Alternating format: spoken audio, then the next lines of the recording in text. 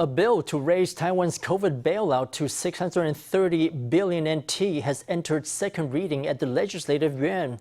The bill, which increases a pre-existing budget by 210 billion NT, will now enter cross-party negotiations. It will go up for a final vote on May 31st. Here at the Legislative Yuan, the tables are fitted with plastic partitions to enable social distancing. Nearly all DPP lawmakers turned out on Friday to put a pandemic relief bill on the agenda before Parliament is suspended for 1 week.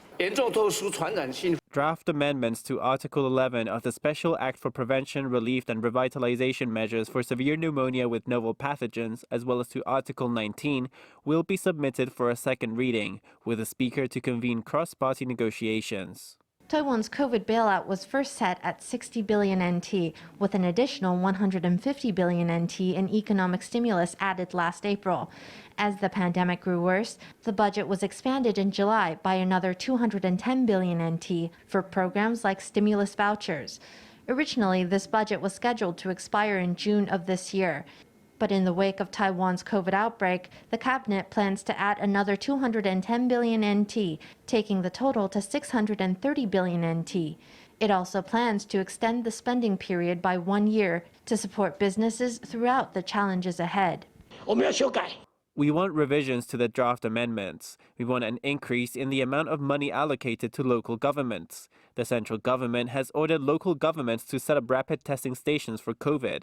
The central government should pay for that, or at least subsidize most of it.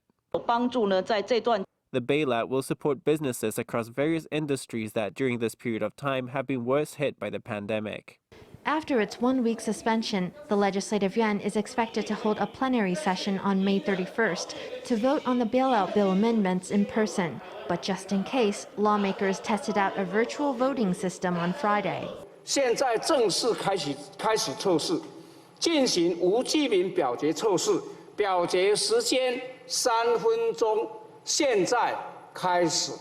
Right on their smartphone, they can sign in, address the session, and vote on parliamentary bills. In times of emergency, this new system lets lawmakers carry on with proceedings from afar.